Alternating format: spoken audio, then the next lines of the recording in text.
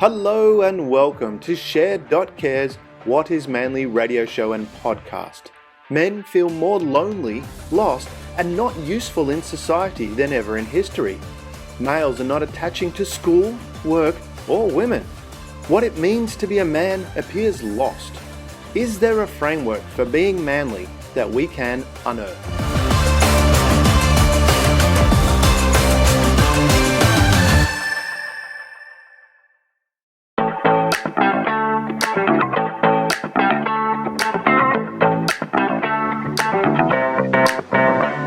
Welcome to Share.Care, an all-inclusive community sharing experience, strength, and hope to create strong, healthy, and inspiring relationships. Share.Care communities work toward every individual feeling safe, valued, and heard, free from the threat of danger, pain, or harm. Each episode, founder Damian Andrews explores the principles underpinning Share.Care and invites expert special guests to share their knowledge so you can easily reap the benefits so many others experience. You hold the choice to create your future. Let it be with strong, healthy, and inspiring relationships. G'day, Gary. How are you? Hey, David. I'm really good, thank you. Yeah, good day. We've moved into spring here in England, in the southwest of the country, but it's cold and blowy and English weather. So it's pretty much the same as in Australia at the moment, and we're coming to you from the colony here down in, we're still part of the colony. You're the monarchy, and we still follow you, and we are looking forward to the, this will probably go to air afterwards, but you've got the coronation coming up, so that's a big thing in the news at the moment, for certainly from that perspective. But for the audience, who I have with me, and it's my great pleasure to have Gary McFarlane, and he's a therapist and counsellor with his own private practice called Kairos. Yeah, have I got that right? We had this discussion pre-show, and I got it right. So. I think you're pronouncing it better than I do. When I was corrected by a Greek person, I say Kairos, but actually, your sound is actually more accurate. Kairos just means your appointed time, Kairos, the Kairos Centre, but I think it is more how you said it. Yeah, well, no, we'll say Kairos because, and I did write that. We were talking about that in the pre-show, and I wrote it down here, and I'm looking going, how did I pronounce that again? But it's the Kairos Centre, and Gary offers relationship counselling, sex therapy, sex, porn, love, addiction therapy, and practices EMDR. Now, I did not know what that was before Gary told me, but it's eye movement desensitization reprocessing, and I'm sure he'll explain more about that during this podcast. He also leads seminars and workshops and writes books, including The Art of Loving and The Song of Solomon for Lovers. So, Gary, it's a pleasure to have you on the show. And from this perspective, our show, what we're trying to do here is we're trying to get to what is a framework for being manly? Because there's a lot of men and young boys out there, young adolescent boys as well, becoming men, that they're a bit lost, feeling lonely, not having a place in society. What have you seen from your perspective in that space? I think us men have lost our way just because of cultures and what is the way we do society, and so often that has impacted men adversely in that we've tried to metamorphosize ourselves to fit with what the culture wants of us. Some time back, it was a sort of a unisex approach, be in touch with your feminine self. What I found is, as much as we've tried to shape ourselves to be something else, there's still a caveman instinct in us men, and there's still this thing called masculinity, and femininity is obviously for females, and there's still a core of us who still want to open the door for a woman to go through, despite being told, I'm independent, I don't need you to do that, etc. And so we've tried really, Damien, I think, is to shape ourselves with the fit that our society has told us we should be. And in doing that, we've lost some of our manliness, whatever that is, Do you along the think way. Do you think from that perspective, and I love that you've gone there about, opening the doors, because I know from my experience, I've never had anyone tell me they didn't like the door being opened or that I shouldn't open the door. And I open the door. I mean, I'm not sexist about it. I open the door for both men and women and let other people go. Yes. And same with an elevator, I'll let other people off first, unless someone else says, you go. I'm not going to sit there and wait, you go, you go. It's just ridiculous. So, but from that perspective, what I've found really interesting is I'm yet to come across, and I'm sure they're out there, but I'm yet to come across a woman that says they don't want the door open for them or that they see it as a negative thing. And I'm just wondering from that side of things, do you think maybe that it's because of the way the media works, the social media works, that there's a few loud voices that are making a noise about it, but that's not really the voice of the majority of population? That might actually be exactly it. And then because we want to be hip, we want to be with it and right with we try and comply with Mm, what you go out for a restaurant meal. Well, I think things have changed, that it's equal pay the bill. mm, But in my day growing up, mostly there was a sense of the male would. But we've yeah. learned that a lot of females don't like that and want to be take their fair share of the day. And I've not got any issues at all with it. It's Mm. just we've tried to shape and metamorphosize ourselves to fit.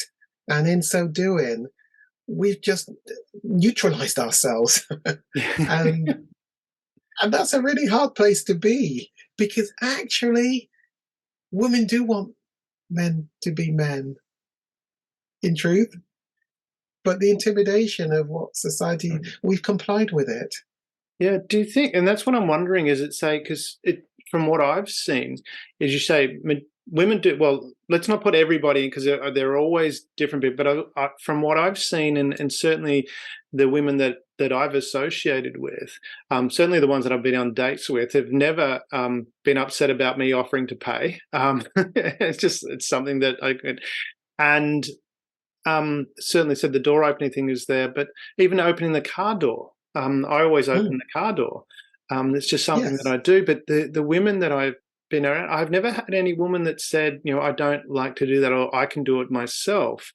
And that's where I'm wondering: is Neither. it have we? Me neither. Yeah, so I'm just wondering, maybe if there are Where any out did there, it they come could from? please write in and be one of the guests on the show, because I'd like to understand the psychology behind that, because I'm yet to see it. But what do we? I mean, is it a case too? I mean, we have, we had very defined roles. If you look at what we're going back to, say, the 50s or 40s or 50s, the men went to work, the women looked after the home, and they were very defined roles. I'm not saying they're right or wrong. I'm just Yeah, saying that they were defined. That was clearly, we knew what we were doing. Because I look yeah. at, for example, my dad, who worked in the same organization his entire career. He changed different positions, but he worked in the same organization. And I'm just wondering, because that was what was expected. And for me, Mm, that was never the case. It was like there's a whole bunch of options that were available. And I'm mm. wondering, have we moved to a space where we've got more options, which is fantastic. I think we should have more options. There should be equality. 100% agree with that. But what I haven't seen is that people were taught how to make their own choices. That's what I haven't seen. Do you think that's, from your perspective, is that's what you've seen, and we need to have some more training or education around, hey, you can pretty much do anything you like in today's world, but you need to make a choice. And this is how you make a choice. Do we need something? Is that the case? Am I off track here, or? I, I, I think where I come at it from, Damien, is it all starts back there in childhood and Hmm. the role modeling of the parents Yeah. that we predominantly are a part of. That's where we're spending most of our time as we're growing up with Mm. either a dad, either a mum, or a Yeah. mum and a dad, etc., or Mm. whatever the thing is. But they are. I call them the ones that hand the baton on. Mm. So before we're ever critical of our parents, what we must do is look at how they were parented, Yes. because how they were parented is going to predetermine the type of baton which is handed on, which is going to shape the child. Yeah. There's a poem that I read to a number of my clients which talks about essentially the child is going to become the man, but Mm. predominantly the things that is going into the child is going to be shaping Mm. what the man child is going to go on to be. So it is so much about what is our parents handing on to us in Mm. that pattern that's going to shape how we try and go on to do life, and of course hand on the baton to our own children. And that's where I come on board with therapy, really, to help people to try to become the best that they can be. Yeah.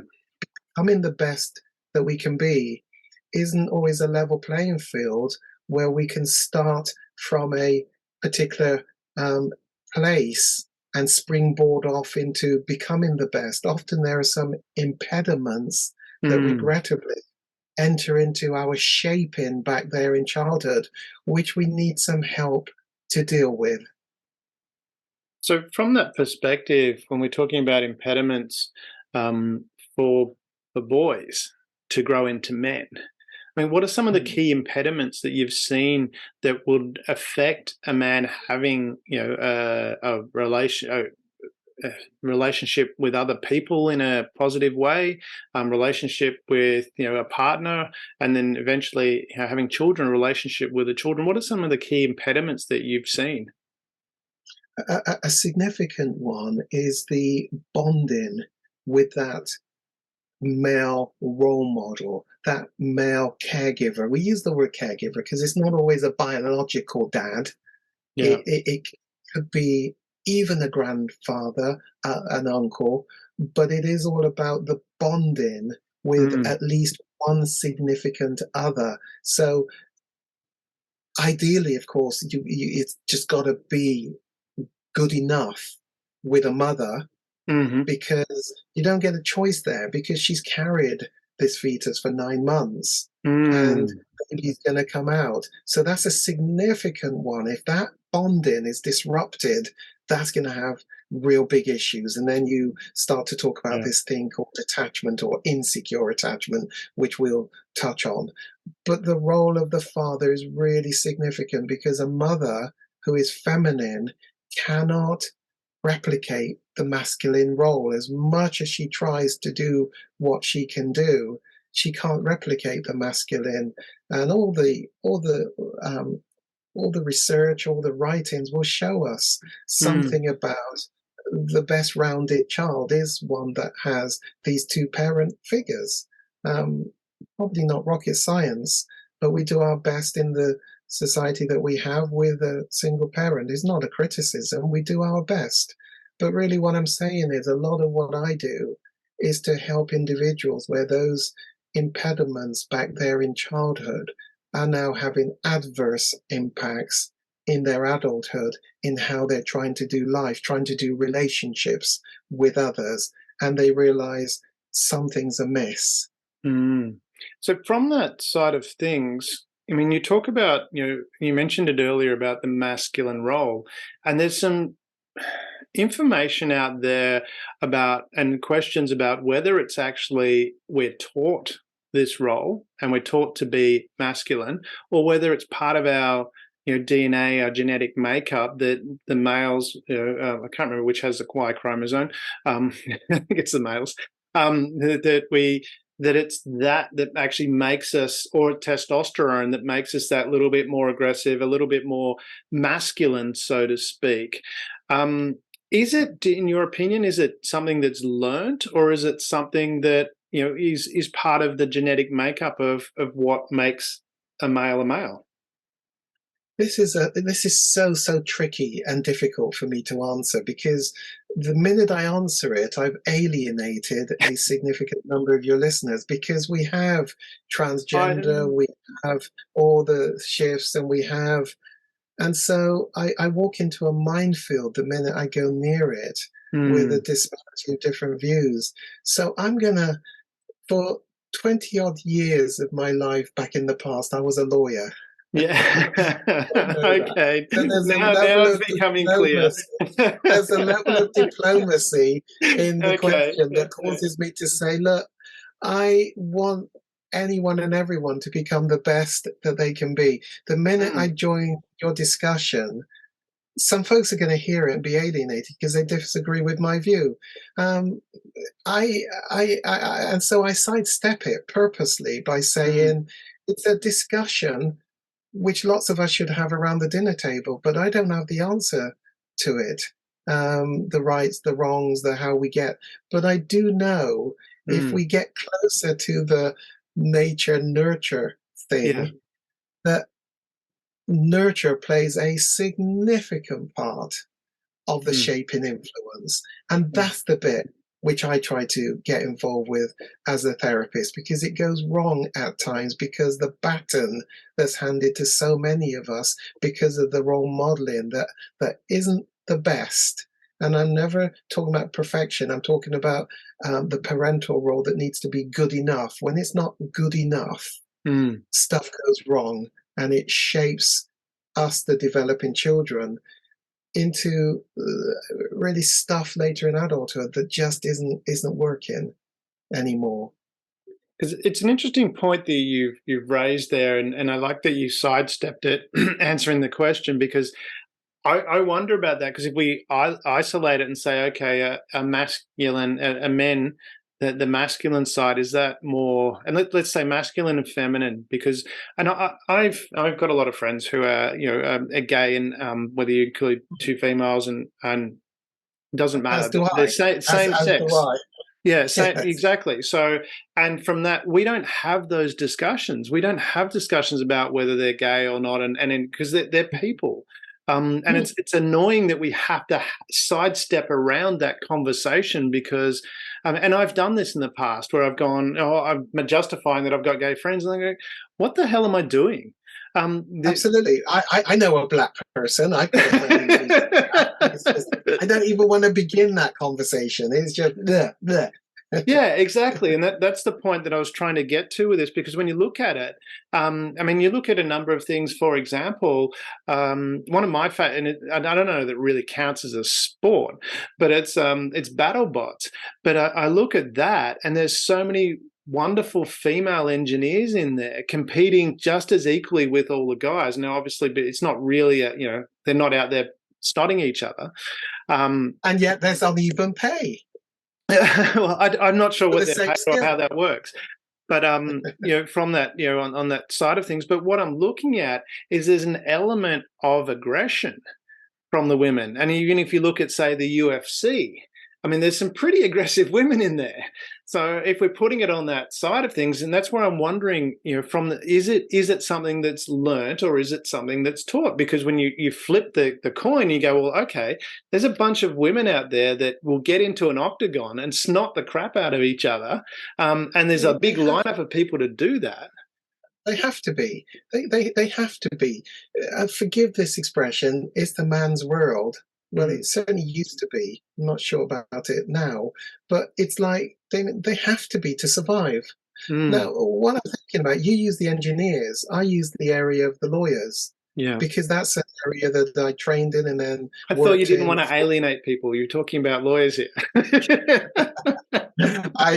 Well, they're fair game. They're fair game. They're fair game. Well, because isn't it what they say, that 99% of the lawyers give the rest a bad name? Oh, come back. Let me bring you back. Stop it. Stop bashing us. I'm an ex-lawyer, but the point I make is, in order to survive in this profession of the solicitor, of the barrister, and aspire and get, there's something that you almost have to become, even if personality isn't that way inclined. You have to become. So I get it where the female engineers, it's a perception, but they have to go with the perception almost if they're going to survive in that sector. That's how it's been set up. And if you are going to get on and aspire through the echelons of promotion, etc., you got to go into the mold. And I see the lawyers. I became a mold, a lawyer. I learned to perform in court. Yeah. I was never comfortable being at a party where this gregarious wife that I have wants me to get up and dance and chat to people and say hello, who are you? And it's just, oh no, I just want to be in the back room with one other person while you guys dance and such. But I could perform in court in Yes. front of an audience. But that wasn't my natural. I learned how to do it. But in my social, just one person, please, in the back room. It's interesting you mentioned it, because I have a lot of friends who are lawyers, and as much as I'm joking about that, but I've been involved in quite a number of court cases myself with the work that I've done and worked with a lot of lawyers. And this is a dynamic that I come to because one of the programs that I have within my stable of intellectual property is a program called Negotiation Magic, which is about obviously negotiation. And the people that are the most successful negotiators come from what would be called a stereotypical feminine model, where they have a lot more empathy, have a lot more understanding. And to take that a step further, and the lawyers that I've worked with, the really, really, really good ones, were women. And a lot of the times they would be able to step back and where you wanted to be go on the attack within an affidavit, they will go, don't include that, it's not relevant. Don't include that, it's not relevant. And they would still, and you're looking at it going, why aren't we having this fight? And you know what it's like writing affidavits and that kind of thing. You get right into the detail. Well, they'd cut most of this out going, it's not relevant. Let's keep it simple for the judge. And they would win. I get it, because they're more personable.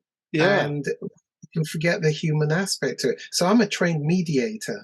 Yes. So I get it. I resigned from my law practice to become a full-time mediator. It was just a bit too soon back there in the 2000s, really, where lawyers weren't yet ready to give up their cases into mediation. You just kept through the traditional back to the court. You don't get as much fees there. Oh, sorry, I'm getting facetious. Absolutely, I ain't giving my fees. I need to take, yeah, exactly. So the female is going to be so much more personable. Sometimes, and we use the term, I know we drifted onto this, but the law is an ass. That's a term I learned when I was training. The law is an ass. Can be. And sometimes you lift your head up and say, actually, that's what the law says. Let's look at a more practical solution. And sometimes it's so much more the practical solution that is going to win the day.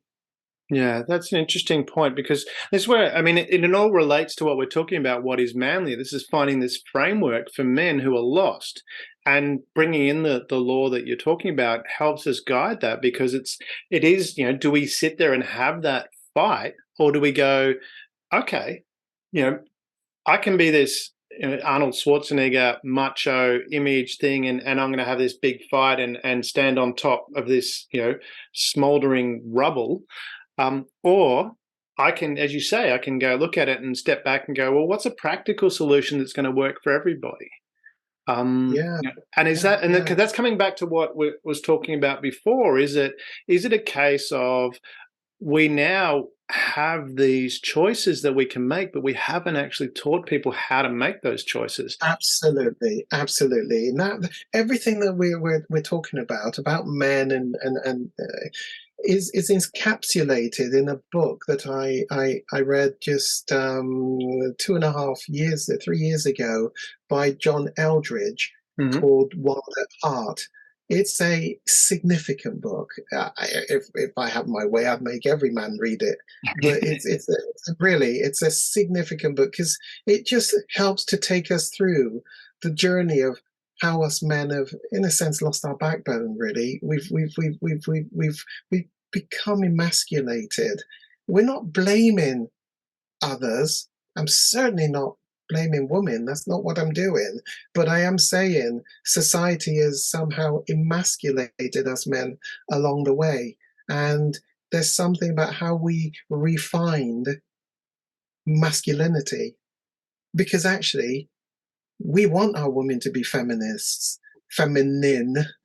It's feminine. And I think women do want the men to be masculine in truth. But obviously, if you're a heterosexual in that way, in that dynamic. Well, I think and said all the friends of mine in same-sex relationships, there is a feminine and masculine in that relation. I haven't seen one, and I'm sure maybe they exist, but where they're both masculine or both feminine. It's what there's one of each in that relationship, even though they're same sex. But the point that you're talking about there, which is what I wanted to, because you talked about it as well, this bonding. I made that note there. You talked about bonding, and I liken it to when I was young, my dad would take me, and I guess because I wanted to go, to play golf or play bowls with him. And we would go, and he was part of a social golf club, so it was just a bunch of guys that went to different golf clubs in the area. And the other, with the bowls as well, he was a member of a club, but the club went and played bowls at other clubs. But what happened was, after initially went with my dad, all of a sudden I'd be paired up, quadded off, if that's the right term for golf. There's 4 people that go off, so I'd go with 3 other guys.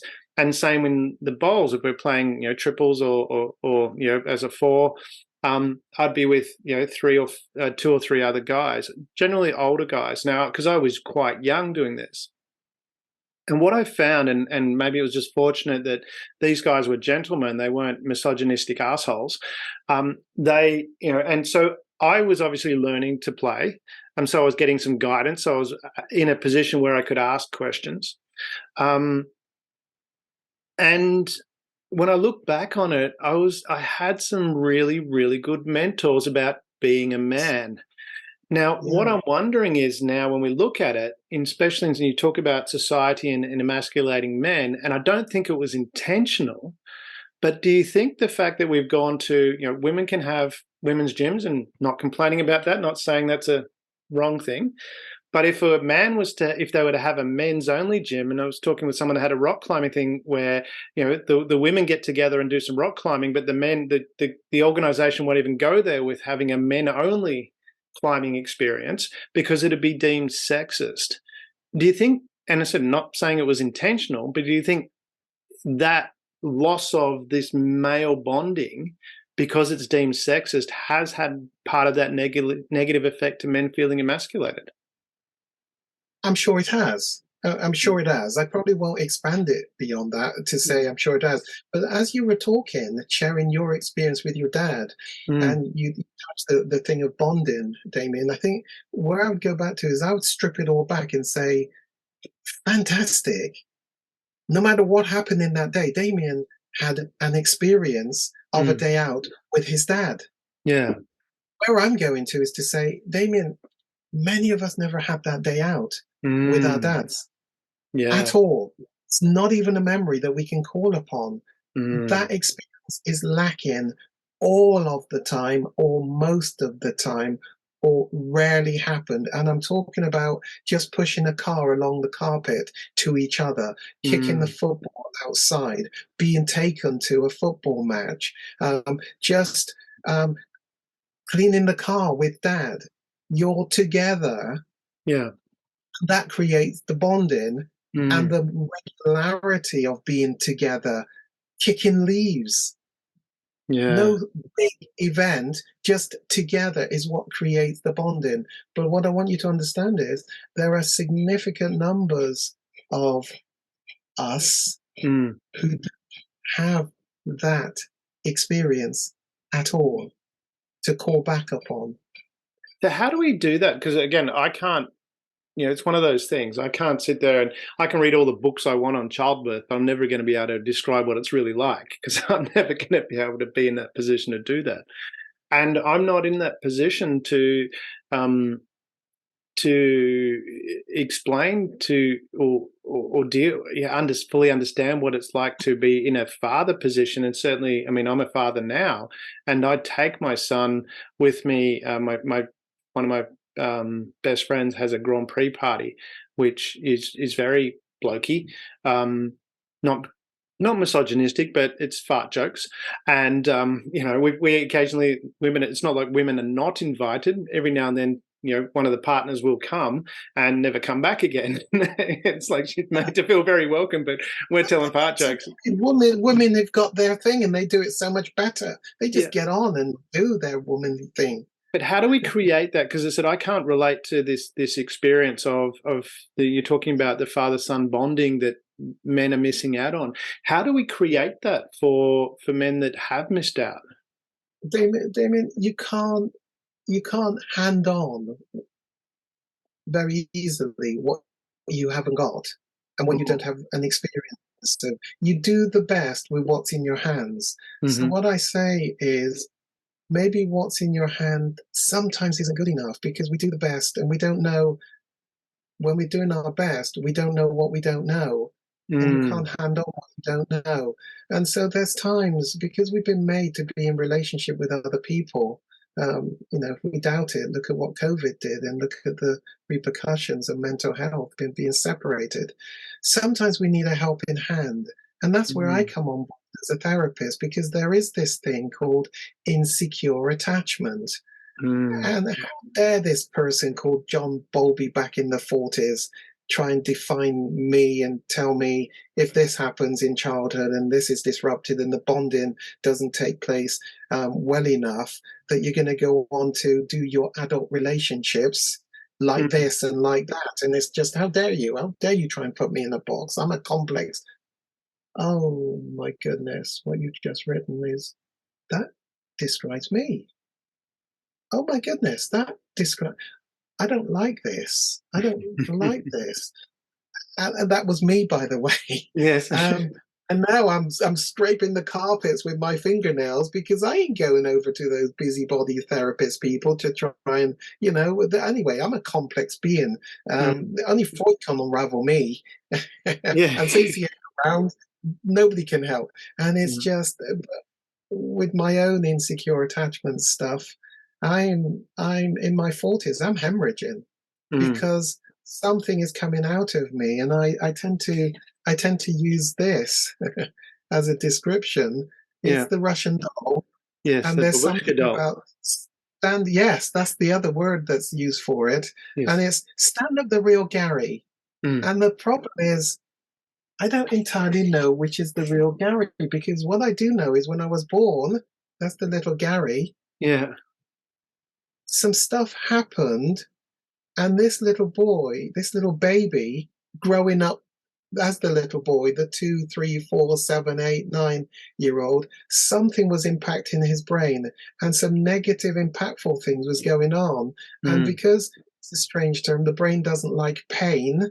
What the brain does is to learn coping strategies to build layers and layers of protection around the inner child, who is in here somewhere. And we try not to expose this inner child, because he never wants to be hurt again with the disruption in the bonding that happened. Instead of calling this thing attachment, it's not what's on the can, on the label, attachment. That's not what you should call it. Detachment, loss, disruption. But it's not purposeful. It can happen even while baby is in the uterus, and mum is going through some stuff where she didn't really want to be pregnant. Somehow baby starts to, and when baby is born and mum suffers postnatal depression, so she doesn't bond with baby, or baby has to be taken to an incubator, or as we grow up later on, baby is sent to boarding school, which acts as a wrench from the key caregivers, or one is an alcoholic or a drug taker that stops the bonding, or one goes to prison that stops. There's all sorts of ways that the bonding gets disrupted. And then, so I'm not coming at it from a criticism, but the fact is it's happened, and the brain feels it as loss, and it learns to build layers of protection. So stand up the real Gary. Which one's going to stand up? Which is the real me? Which is the real me in here? And so what I'm saying, Damien, is sometimes we need some help in something called therapy, called counselling, to help us process those unresolved issues that our brain knows about, but we don't fully know about. We're just doing the best we can with life. And in fact, most of the time it's in nice boxes and we're getting on with life, it's okay. But there's times we lift our head and say, why do I do it like that? That criticism that just came from, say, a partner, actually, that was a bit over the top. Or but this is me doing life how I do life. What's the problem? I don't see it. Sometimes we can see it, but we don't know what it is. And this is where the therapist can help us. And this thing called insecure attachment, sometimes it needs some help to process it, to help our brain to begin to understand better the behaviors that we are using in adult relationships, which is often actually to control relationships because we don't ever want to be hurt again. And we don't realize we're controlling relationships in the mannerisms that we've learned and adapted. Oh, that's a whole lot of stuff. Yeah, that's sometimes a helping hand. Well, I mean, and this is interesting that you mentioned that from guys, again, coming back to this framework of what is manly. And we're talking about this experience of being hurt and building up protection against being hurt. Is that part of the reason why, guys are taught, not to show emotion, not to cry? Because part of that is, I think, from what I understand, guys are kind of mushy inside. We're a lot mushier than. Let's. Sorry, ladies, but actually, the truth it's is, not. I think the ladies want that. They want the mushy side of things as well. And absolutely. But is it? Is that part of this process of going, hey, this mushy side of things is okay? I guess. Part of me, I look at my history and go, well, I was kind of lucky, and I was in the army. You're in England, you've got the same SAS that we've got here. I was posted to the SAS. Now, they were pretty tough mofos, if you want to put it in that category. What I didn't appreciate is I had to do a psychological test before I went there, and so did everybody else. What I'm thinking now that I look back on it, the people part of that I can't remember what was in the test, but all the guys there were able to express emotions. They were able to ask for help. And I'm wondering, was part of that psychological test making sure that they could do that before they went there? Because you can't do what they did and not be able to express, ask for help, express emotions. So this is what I'm wondering from that side of things. Do we need to have, this framework out there, that being more talked about, that tough is not repressing this stuff. Tough is going, hey, I have got a mushy inside. I can be hurt and I need help sometimes. But we need permission to be able to do that. So what we have, I would suggest, is an inherited baton that's been handed to us from a society back there. Big boys don't cry, and it was well intended, but it has done as much damage as you must only write with your right hand. You left-handed children must be taught how to not use your left hand and use only the right, because the right hand is the right thing to do. And we have a legacy that we're trying to unlearn, some well-intended societal premise on which it was founded. And it's still gone through the generations where we've handed on the baton. So in order to change that, we've got to hand on a different baton, and we need permission to be able to cry and show emotion. And it's not easy because the baton has been handed on. And until enough of us start to show a whole different approach, and our youngsters start to see, oh, Daddy was crying. Oh, so no, I wasn't. No, I wasn't. It was just yeah. And yes, somebody died and it hurts, and I'm really sad. And we just need a commonality of approach, really more frequent over time. It's going to take a while, Damon, to get rid of that inherited view of men. Times 100 other things that have been handed to us that we took and swallowed, and each generation kept handing on. So you and I need to try and hand on something different to our children. Yeah. Where do we draw the line, from, this manly, macho, masculine thing where, I mean, for example, mentioned military before. If you take the guys that are in Ukraine at the moment, and they stub their toe, or they're running along and they fall over, and it's like, get back up and move forward. Otherwise you're going to get shot. And I know I'm using an extreme example to labour the point. To the other side of things, are going, hey, so where is the time and place? How do we draw that line from the example of going, okay, am I being a namby-pamby here, or do I need to just toughen up, deal with this, move on? Yeah, I got the sack from my job. Do I sit there and cry about it for a month and go, oh, sorry, family, I can't look after you? If presuming the guy is providing income to help support the family, it might be both doing it. So those that want to jump on that bandwagon, feel free to comment. But I'm not worried. I'm not a lawyer, so I'm not worried about offending people. But from that side of things, I'm looking, going, well, where do you draw the line, and going, hey, I just need to toughen up? I think it applies to both sexes, but we're talking about men here. Where does a man go, okay, I got to stop being a namby-pamby and get on and do.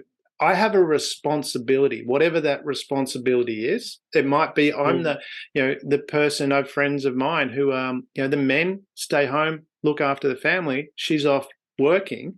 That's their definition of works.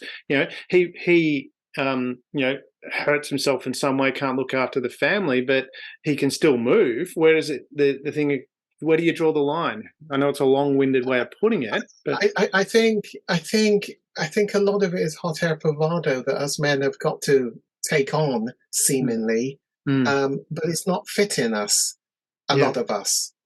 It just isn't. Our personalities, our character, it isn't. But it's bravado that we go along with the flow.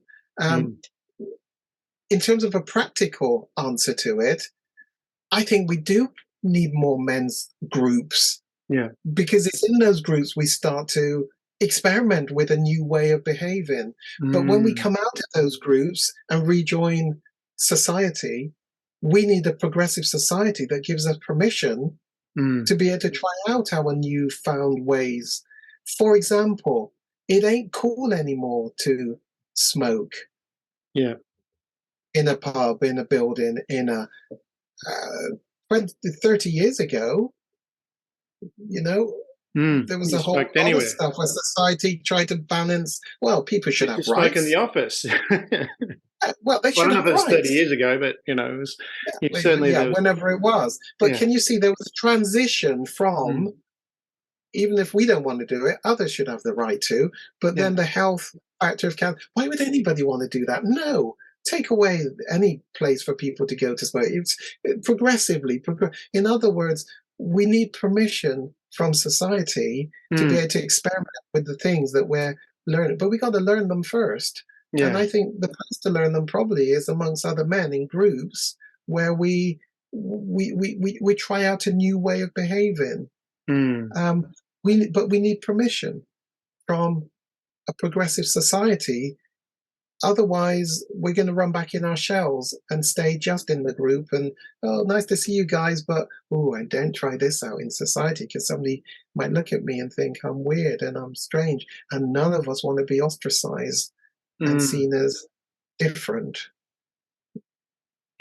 From that perspective, and I hear what you're saying there about, and again, maybe it's because I had a mother who was very much doesn't matter what anybody thinks, and I hated it as a kid. Especially she wore these horrible for those listening that regular listeners that they've heard me drone on about my mum's beanies, and it's like, don't wear that, that's embarrassing. And she'd respond, it doesn't matter what other people think. And I didn't appreciate that as a child, as you could imagine, but as an adult, I think it had a fundamental impact on my personality. And that's where I wonder from that side of things, when you're saying, it didn't, need society giving us a permission. And when you look at all the major changes in society, it wasn't society giving permission. It was a few people standing up and say, hey, this is, this is not acceptable when you look But at. they had to learn it somewhere. Mm, And that's why I say men's groups, yeah. because when you get more than two together saying, oh, actually, I agree, we really should be able to, but you need numbers to Well, be that's able what I'm to. saying. Is that a case where we need to have, Yeah, okay, we yeah, put that together. You have these men's groups where we go, okay, we give each other confidence. And that's part of what yes, this dialogue is about. absolutely. And saying, and then going, hey, Absolutely. go out there. And I'm waiting for the day that a woman does say to me, hey, don't open the door for me. Okay, understand. But up until that point, and even after that point, I'm going to continue to open doors anyway, because it's like, We need permission. Three weeks ago, I woke up with a bestseller book in my head. I'm mm, going to say it now, but somebody might take it from me and go and make $1 million as I talk it. And I woke up and I got the book title, which is "There's a Difference Between Men and Women: How They Bring Up Male Children." yes. I just woke out of my sleep with that title, Mm, and then it all came together. And I was even given the content of the book. And here's the content: it's a picture of a woman, a man, mm, somehow bringing up a child. And then when you open up the pages of the book, every page is blank mm. till you get to the middle. And right in the middle, it says, start a man's group, start a woman's group for just women, for just men, and discuss the title of this book. I love There's that. a difference between how women raise Mm, raise boy children, and yeah. there's a difference how men raise boy children. Mm, Discuss. Form your groups all over the country, mm, because hey, you guys together are the best ones to talk about how to raise a male child. You women together are the mm, best ones able to talk about how you will raise a male child. I don't have the answer.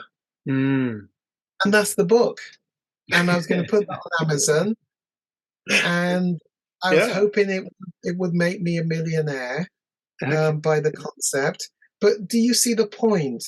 It isn't for some clever clogs to come along and write a book saying this is how you raise male children. And there is just a difference because we're feminine, because we're masculine. There Mm, is just a difference in how we raise male children. But it's really important that we understand the difference for mm, this rounded male child. So I don't come and say I'm Dr. Whatever with this is how you do parenting. I'm mm. saying start your male group, start your female group all over the country, and let's discuss this topic. Well, isn't that part of, because that's where we're coming back to, circling right back to the beginning, where we're talking about having the ability to make your own choice.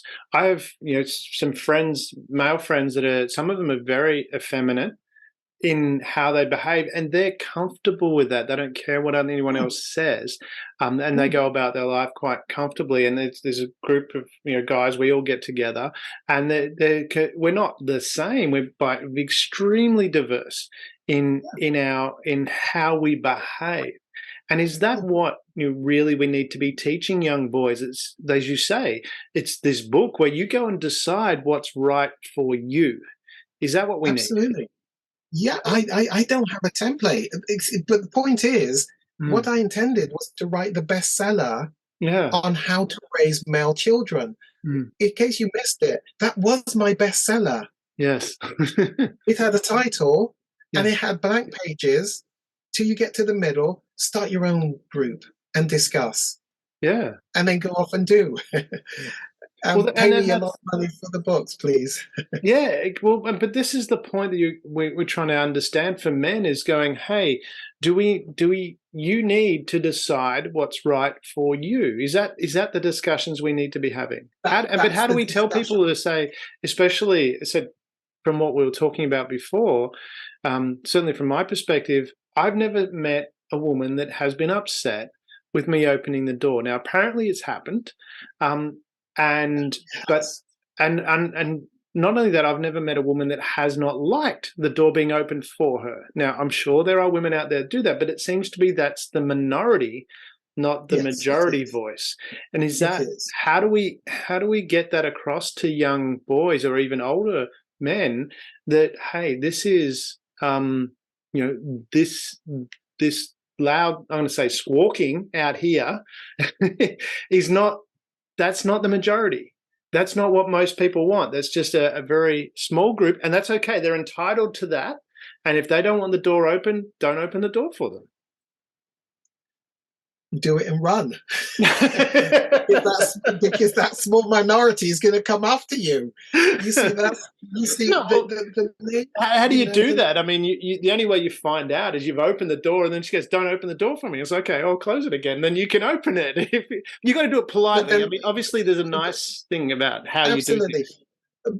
It's a one-on-one. After that episode, if I experience that, I'm going to turn to my child and sit him down and say, "Look, this is what I think about opening doors for women. This is your dad's view.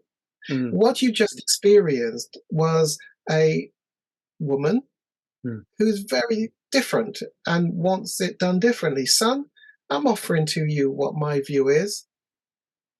What do you think? You find your way. But here's the baton which I think I am handed on to you, and I recognize it is my baton, son. What you just, so have a conversation about that. Have a conversation. But Yeah. I can't de-skill me, because it's what I've been shaped by some things, and there's a baton I am going to hand on. I will try and look at the not very good batons and see if I can filter them out.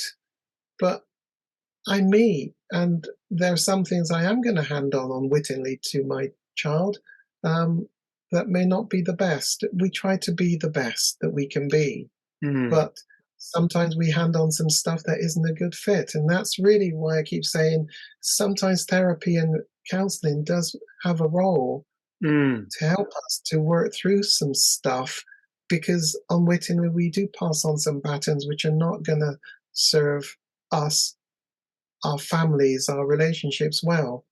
And therapy is a place we can just start to look at some of that stuff, because therapy is never about changing the other person. Even in couples counseling, even in marriage counseling, I know some as people much that probably as I would go and disagree. say, God, absolutely, even I, Lord, that woman that you sent me, but what I find he keeps doing is this, and he says, okay, let's just try it again. Oh Lord, I wasn't talking about me. I was talking about that woman that you sent me. Lord, if we could just, and he keeps doing that, and that's really annoying and really frustrating. I wasn't talking about me. I thought, and ultimately, you got to get it.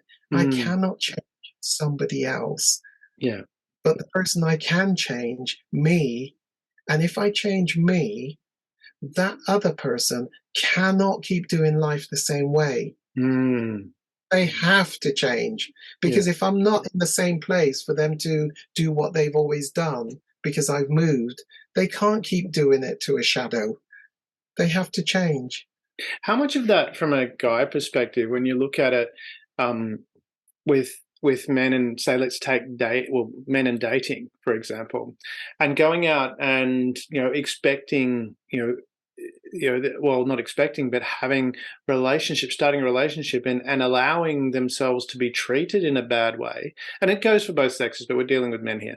But, and then going, well, that's kind of, accepting that.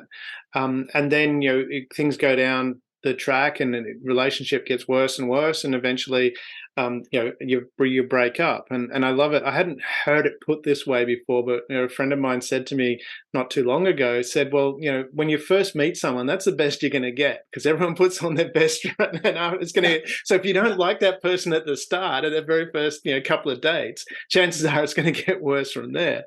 But from that perspective, how much of this comes back to guys taking that step back, and, like you say, dealing with maybe therapy is needed, but to get to a position of liking yourself and going, hey, I like who I am. It doesn't matter what the rest of the world says. And I know I'm probably leaning a little bit heavily on my mum there, but I like who I am. And I'm going, if you don't like me, that's okay. I'm going to associate with people that do like me.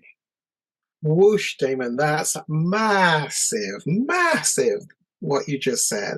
Yeah. I'm going to suggest to you that the vast majority do not love or like themselves. So they're very different to you. Here's the deal, Damon. Mirror, mirror on the wall, who is the fairest of them all? Well, there's other people, of course. It's certainly not me. Mm. And there's some work that's needed to help people build self-worth, self-value, self-esteem, but it does get set up back there in the childhood development stage. So many of us, I am there now, but believe me, it took years. But I would suggest to you the vast majority do not love themselves. Now, here's the deal, and I'm open to being challenged. You cannot love somebody else until you love yourself. No, that's my better half there. That's my better half. I hear that. But no, you really cannot love that better half until you learn to love yourself. So there's some work to be done, often in therapy and counseling, to learn to love yourself. Something happened back there that fractured the image of self. And that's where I come on board with this strange thing called EMDR, where the brain can heal you from the trauma of childhood development 20, 30, 40 years ago. It's not me, the therapist, that's doing it. Your brain is capable of healing you. And you don't have to relive the trauma of childhood in some big way in order to get that healing. The most weirdest thing, this thing, EMDR, but it works and I'm doing it every day. You want to explain a little bit about EMDR? Oh no, David. I can talk till the cows come home. I can talk till the cows come home about it, but you're still gonna sort of got it, Gary. I've thrown on you tell me a bit more. Okay, another 24 hours. Yeah, maybe we'll do a follow-up. Listen, I've got a sheet about it, but the best way I've got a sheet about EMDR, which I can send you, but also what I'd say is, look, I've got a number of video clips on that sheet. Watch a few of the video clips. Prince Harry, it's about 2.5 years ago now, went back into counselling. We know he's in the media, but he went back into counselling, and actually what he chose was EMDR. Why? What was it about? His mother's death 30 odd years ago, and the stuff that's still impacting him. Absolutely. And so EMDR isn't a talk therapy like CBT and the others. It is talk therapy, but the model is one of, it's not the therapist that's doing the healing. Your brain is capable of healing you. And when we're in deep REM sleep, our eyes is doing this. Left to right, left to right. And while it's doing that, that actually is the brain processing the day's events, the week's events, and putting them in pockets. Now, I'm in danger of my EMDR therapy world call. Gary puts it like this, but here's a stab. You asked me to try and explain it. The way I explain it, and I've got a simple brain, and I need things put simple for me and for my clients. And it's like this. It's like you own an 8-bedroom mansion house, but for some reason you only go into 5 of the bedrooms. And the other 3 have just over the years collected cobwebs and coverings and stuff. And when the EMDR starts and you do this funny thing, moving your eyes from left to right while you're awake, or tapping, that's igniting the left brain, right brain, some strange thing, it's as if the brain goes into the 3 bedrooms that you never go into. And it removes the coverings and the cobwebs, and it finds things in there. I didn't remember about that. Wow, I didn't remember. I didn't, because what happened was the small t trauma, whatever the trauma is. Remember, trauma can be the 6-year-old whose Action Man was stolen by the boy down the road, and his dad didn't go back and rescue it. And 40 years later, still telling me about that. Why? Because it was trauma on a 6-year-old's brain. So don't look at trauma as something that happens in Afghanistan in a war zone. It's how that brain of that young child received it. Yeah. And so you go into the 3 bedrooms that you never go into whilst the processing is essentially, and the brain finds stuff and it gives you some new information because you got fixed with a view of that event based on the 5 senses. It got locked into your body based upon the limited 5 senses because of your immature brain as the child, but it brought it all together, and that's what locked in your body.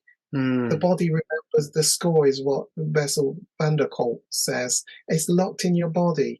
So the trauma is there. You don't have to talk about the event and after 10 minutes, you'll find the emotions at work in your body. It shows the stuff is on process. So when the brain is finding the new information in those 3 bedrooms, it adds it to the mix of what you're carrying, which causes you now to have to look at the perspective that you always were carrying. Maybe it's not fully that, and the brain somehow, you see, it doesn't take away the event, it just changes the perspective that you have about the event. So you can now talk about the event later on, the death of somebody significant to you, and then you scan your body and you realize, I have talked about it and thought about it like I used to, but I don't feel disturbed and agitated like I used to.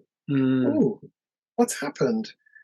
The EMDR has filtered out and reprocessed the stuff. Yeah. It's another analogy, the snooker table. The object of the game is to pot the balls.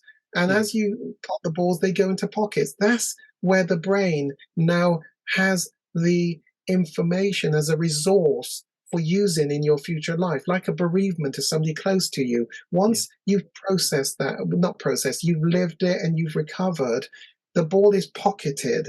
And now the brain has it as a resource so that if later on you experience another close bereavement, it's looking through, oh yeah, we remember doing that before, and the ball's pocketed. So we know how to get you through this next bereavement. But for some reason, certain balls don't get pocketed. Yeah. And they're loose on the table constantly as loose cannons. So you could be just watching a movie, a Netflix movie, and you're welling up and you're tearful and you don't know why. You don't know why, because the brain tends to blot out difficult stuff as a way of protecting us. That's why some people even dissociates. I won't open that one. But actually, you can't remember the event, but guess what? The brain firmly has it in its filing cabinet up here. I think it's under K. It does. So that's why the stuff can get triggered constantly through your life, and you don't understand why you're behaving or feeling the way that you are. So the object is to pot all the balls. The loose ones, you come along with the EMDR, and the brain can start to pocket the events into pockets, which now become a resource for your future. Tell me more, Gary. I can't, because we don't know how it works, but work, it does. EMDR, eye movement, desensitization, reprocessing. And I do all of my work online with people all over the world. Yeah, it's amazing stuff. I love that. From that side of things, I mean, from a guy perspective, I mean, how do you go from not, let's take an older gentleman who needs some help. Do you have to hit, people hit rock bottom? And another way of putting it is, you have that aha moment. Is that something someone has to go through? Because another friend put it to me, and she said, you learn through pain until you learn to learn through joy. How do we get to that process of, because it seems like the learning through pain is that you're constantly avoiding. It's us as human beings, Damon. Why don't we do it differently? Yeah, life is pretty simple. We just make it hard. It's these ridiculous people called human beings, Damon. Why do I have to be crawling on the floor low before I do it differently? The nature of us is, Damon, that seems to be almost what we have to get to before we'll get help. And us men, well, like me, I'm not sharing my stuff with some busybody therapist that once, and it's not a male thing to do, and it definitely isn't a black man thing to do. And sometimes it's not a cultural thing to do. In other words, the culture is against you. It's shaming to take your stuff and your baggage outside of the family. You keep it in the family, and the family don't do anything with it, but you mustn't take it outside of the family. And there's perhaps an Asian and Indian culture that is really quite tight. The matriarchal system, the patriarch, is really tight, that keeps you within the boundaries, that stops you. In a Asian, perhaps Chinese, shame doesn't belong to the individual. Shame is the family. It belongs to. So if you go and do something, that seems to be an evolution of society, is in that sense, because I know, I mean, from that Asian culture you mentioned about, that saving face. But if you go back into Western culture, there was that saving family face as well. We've just let it go and don't give a shit. Just let it go to a great extent. But now, of course, look at the singleness lifestyles. I mean, we can't even go and ask a next door neighbor for some milk because we've run out. You've got to be self-sufficient in all respects. Neighbor, you live next door 25 years, you don't know who they are. I thought COVID might have changed a bit of that, when we started to become a bit more camaraderie and help each other, but we've gone back to our separate ways. So the culture and our families and society can keep us in our pain for a long, long time, unnecessarily so. The help is out there. You do not need to carry and wait till you're on the floor crawling to get the help.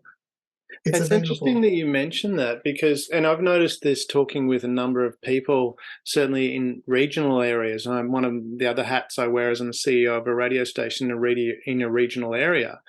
And the people that I'm talking to there, a lot of them have moved there. They're not originally from that space because of the welcomingness, and it is more of a community. And I just... Where is it? Where is it? Give me the address. It's in Gippsland in Victoria. But yeah, I mean, all the people I talk to, and everyone's, they know everyone in the street. They have a little... But to be fair as well, in one of my son's school friends, their family, the whole street gets... They're in one of the more affluent cities in suburbs in Melbourne, and they have street parties regularly where the people get together and do this. So I'm just wondering, from that side of things, is it again part of that whole, which is what Share is about anyway? It's these communities where we talk about. I love the analogy. I take it from Crocodile Dundee, where they talk about, the movie Crocodile Dundee. They're talking about about a psychiatrist, and she turns to him and says, you probably don't have a psychiatrist at Walkabout Creek. How do you get your problems out there? And he says, well, if we have a problem, we tell Wally. Wally tells everybody else. No more problem. And it takes a village to raise a child. Exactly. And that's where I'm wondering, from that side of things, is this part of that, what we're talking about, this evolution? I've written down here, evolution of learning, where we need to go back to this, almost fundamental principles of, we are cultural beings, we are social beings. We need to be, this phone texting type thing that's not social. Oh gosh, it's disastrous. That's a massive problem. And that's why I'm wondering, and you mentioned about the male groups, do we need to have more of that out there? We do. As I look at the USA, and you can go to a park and they go as families. And hey, come on, mate, come and join in, and you just play football together. In this country, in England, I have my son, and it's just, oh no, you can't go and ask them if you can join in the football. It's just not the done thing. It's just not. The cultures are so different, so different.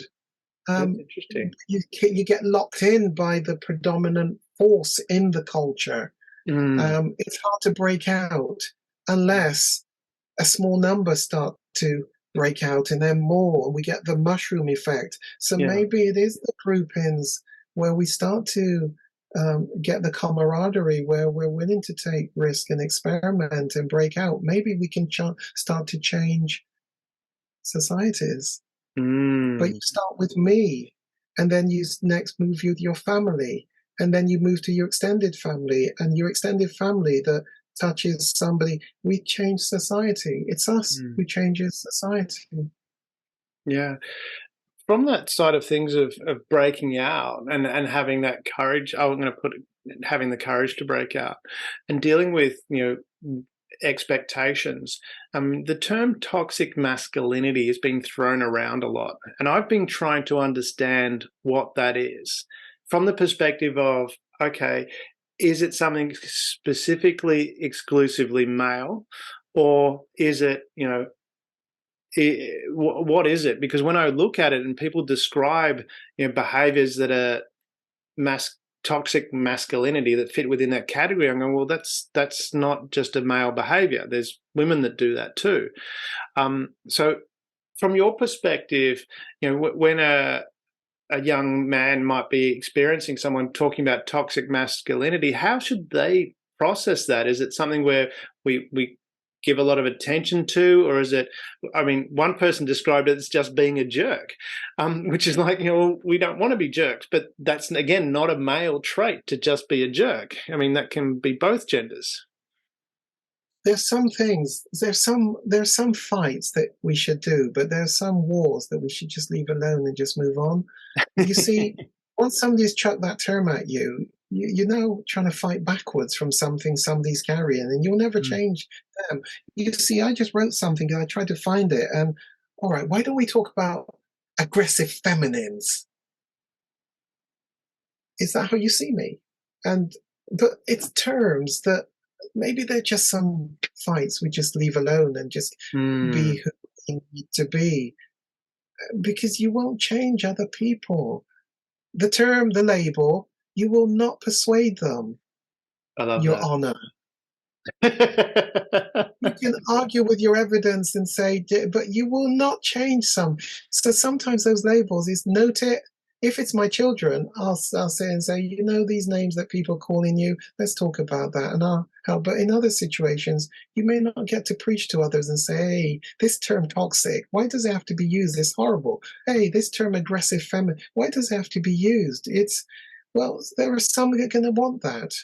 And if you create a niceness of men gathering together, and then somebody says, hey, you group in that, you're toxic masculine, you people meeting up in that group, stop.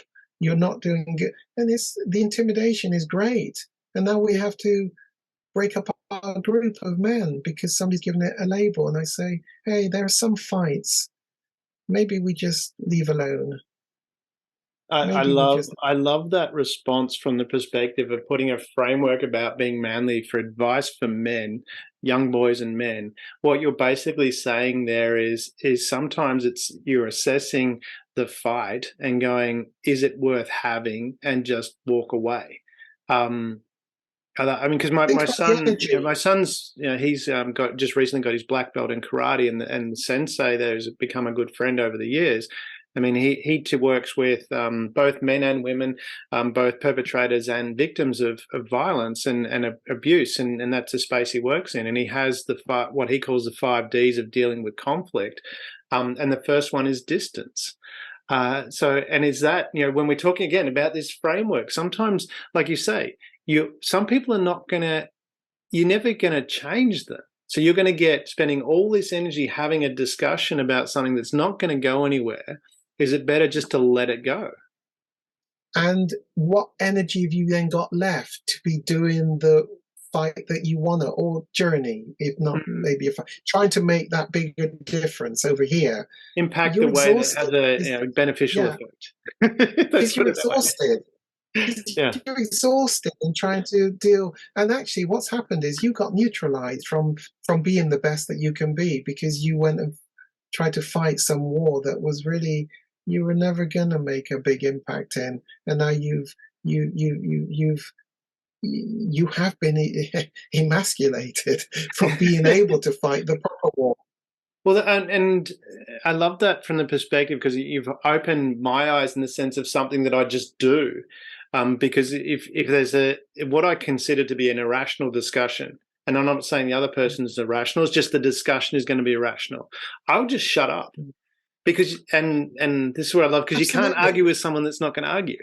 It's shadow boxing. There's only so long you can keep boxing against the shadow that you're going to stop at some point. Yeah. And it's don't give them a target. Just Yeah. shut up. Because harness that skill set that you have and use it in an appropriate way over here. Mm.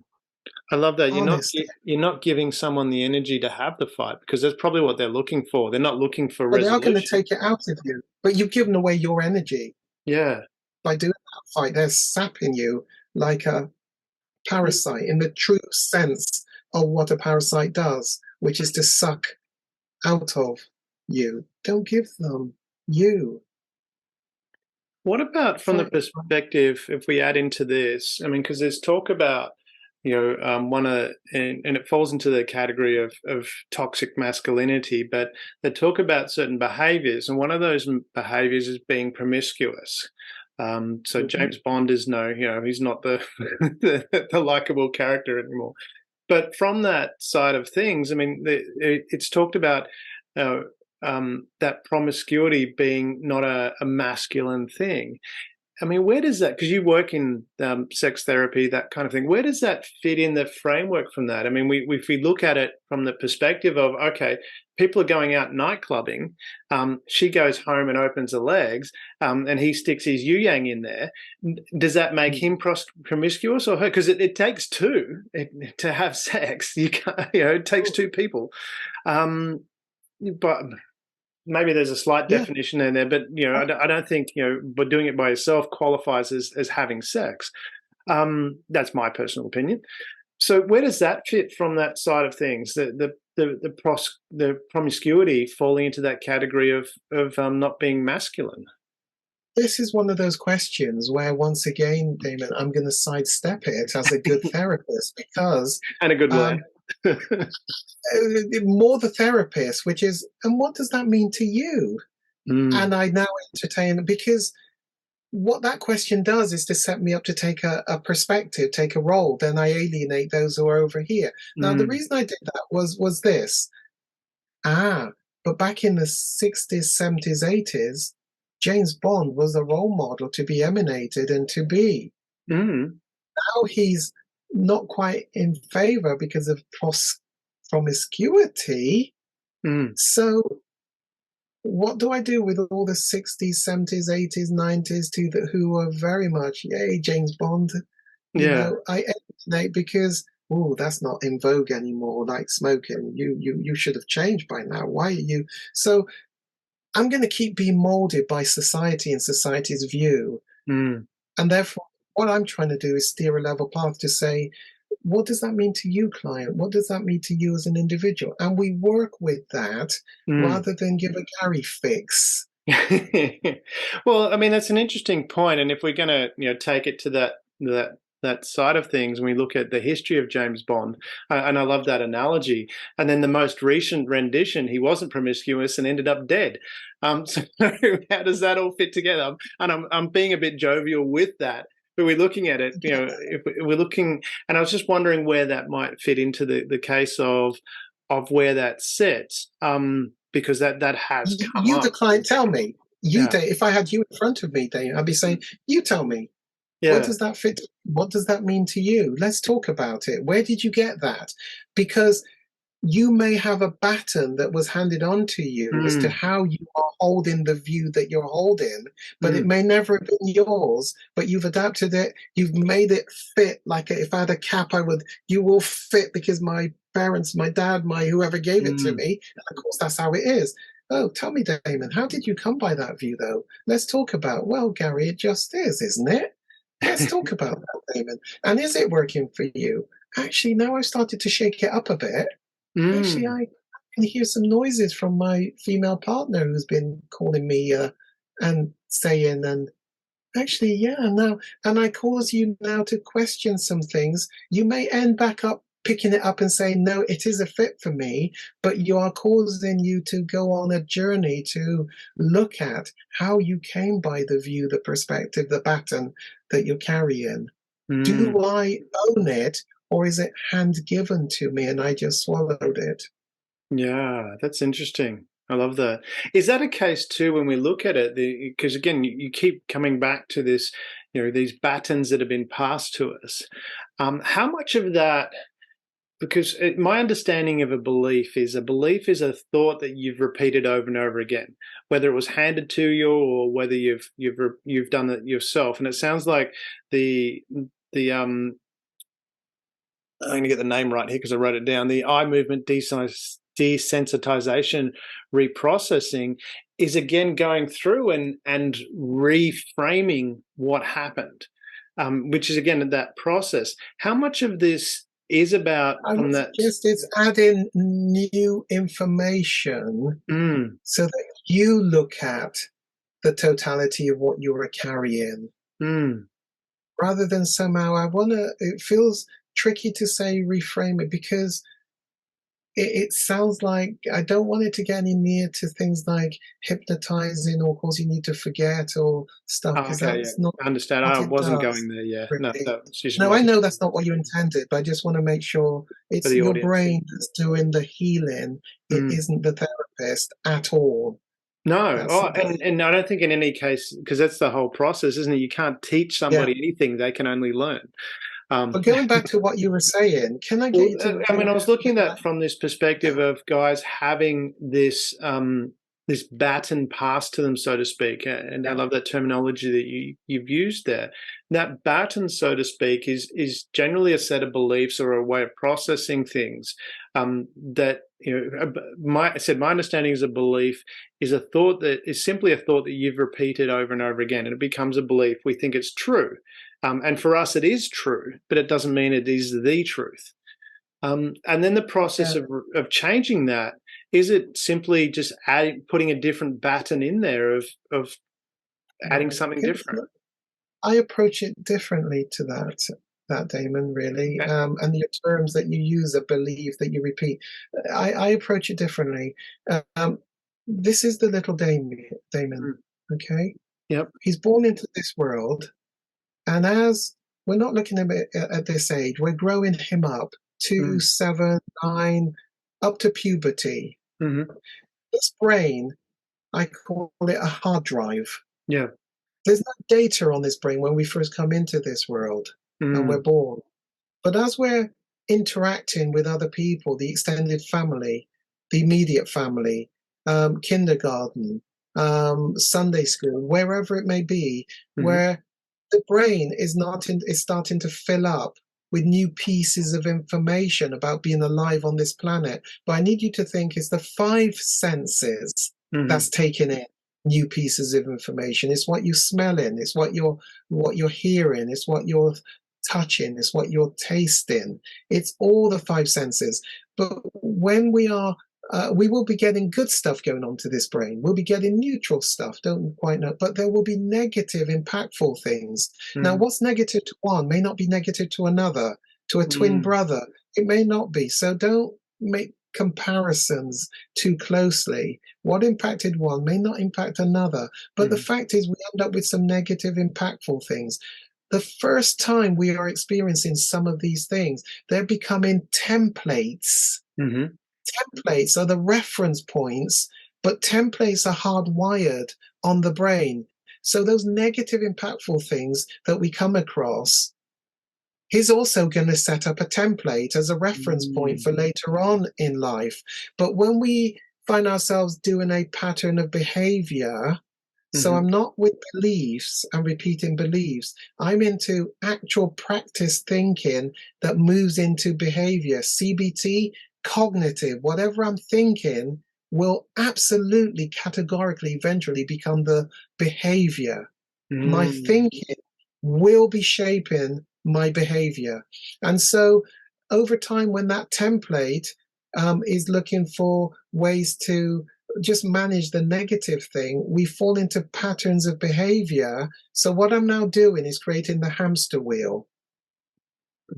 And we now create the hamster wheel. So when I feel, this is what I do. When I feel, gets paired up. Now this pairing up is something called a neural pathway. Yeah. Whenever we do something repetitively, we no longer have to think about how to do that thing, riding a bicycle. Yes. Even if we haven't ridden it for 6 months, you just know, and you don't say, brain, this is how you ride that. You pick up your leg, you put it over the seat, you just do it. You Yes. change the gears in your car, you stop at the red light, you drive through the green light. You're thinking, what shall I eat for tea tonight? But you get home from A to B safely, but you haven't been thinking about how to drive the car. You just do it because you've now got a neural pathway. So what a Mm. lot of us create are neural pathways for Mm. how to do life.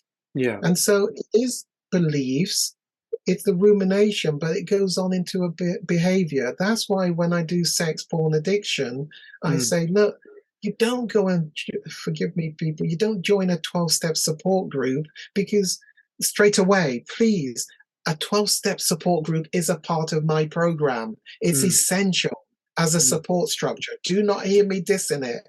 Please Yeah. don't. What I'm saying is that's a step 5 onwards. Mm. First, you got to look at, but actually, how did I come by these addiction behaviors, alcohol, drugs, porn, whatever it may be? And that's Mm. what your step 1 to 5 is. I need to understand how I came by these, but also I need to understand why I'm doing the behaviors, but you don't then go off and try and change your practice behaviors. You've Mm. got to go after my cognitive, my thinking behind the behavior, because Mm. my thinking is what's going to dictate what I go on to do. So Yeah. you've got to try and go after changing your thinking in Mm. order to then move on to change behavior. That's why so many are moving back into relapse, because when the perfect storm happens, my brain just remembered the neural pathway. When I feel, this is what I do. Yeah. Feel, do. But first, you've got to go after what set it up back Mm. there Yeah. and work through the trauma or whatever the thing is that set it up, that got me on the hamster wheel. Mm-hmm. Don't just dismantle the hamster wheel, because if my thinking is still defective, I'm going to think myself back into doing the behavior. I've mixed up a whole lot of stuff there as I tried to bring it No, out. I But really, understand what I'm where you saying and to you is what your you. belief. It's not Mm. just a belief and repeating the belief. It's more than that. It's you then go on to do and keep doing. So you Mm. end up with a neural pathway. Yeah, that's the mechanics behind of what I was talking about. Is that neural pathway is you've created through that repetition. Yeah, Yeah. through the repetition. Yeah, Yeah. but it's more than the belief, because the belief is the cognitive. Mm. Yeah. So, but most of the time we've gone beyond the belief to do something, Mm. Because which you've tends often to be negative. Yeah, well, I mean, it has that negative effect in the sense, but Yeah, I think most of the things we do is for a benefit, isn't it? Even though it might be, like, I used to absolutely. smoke, And and I they can smoked because it stay. was changed my state. And they can stay. They can absolutely stay. We only Yeah, want to go after the negative, impactful things. yeah, yeah, exactly. We've talked for a while now. We've covered a lot of topics. This has been Yeah. fabulous. I really enjoyed the way you're thinking, and you've brought a whole new perspective that I haven't encountered before. So it's been really enlightening from my side of things. We do need to wrap it up, but if we're going to wrap it Yep. up, if you were going to, in a framework at a high level, what would, if we're going to define what is manly, how would you put that in a nutshell? How did I get to be doing life how I'm doing life? Mm. That's not from a criticism place. That is purely from a curiosity, neutral curiosity place. But it's really useful to go back into the shaping of childhood development to understand all the batons that was handed on to me to shape the person in adulthood that's doing life how I'm doing life. And then I can look at all those things and say, yep, that's good. Yep, that's good. Yep, that's good. I want to keep those. This isn't so great. This isn't so great. I might want to do something about reshaping and redoing that one. Mm. But I'm now owning who I am, Mm. because I am into my future, defining the things that's right for me, rather than just going wholesale with the batons that was given to me back there Mm-hmm. and trying to make them work for me throughout the rest of my life. Own your manhood, because you choose the things that you are taking forward into your manhood. But you can only do that by first looking back, the shadow on my life, to see how I came by doing my manhood the way I'm doing my manhood. And often that was shaped by childhood development. Do a journey, often with a therapist, just to look at that, but not a criticism because you think something's wrong, just so that you're sure that you want to own what you have. Curiosity, not criticism. I love that curiosity so much. In that helps you develop. It's when we have a closed mind that makes us it makes it impossible to learn, and we can only move forward if we're I am. Yeah. What's the problem? Everybody else is the problem. That's narcissistic. Yeah, there's a good point there. Exactly. Gary, it has been so much fun having you on the show. I've really, really enjoyed this discussion so much. Thank you for taking the time, and hopefully we can catch up again in the future. Look forward to it. Do post a few stuff on my website and things if people want to make contact. Love to. We can get you in Australia. We just work out the time difference. We can find you. If you got internet, Wi-Fi, we can find you. We can find you and we can work with you. Love to do some work with you if you'd like to find me out. Thank you for being part of the Share.Care community and helping people around the world prosper. You're creating a bigger pie for everyone to share. The more people contributing to the world being a better place, the better the world becomes, for others and for you.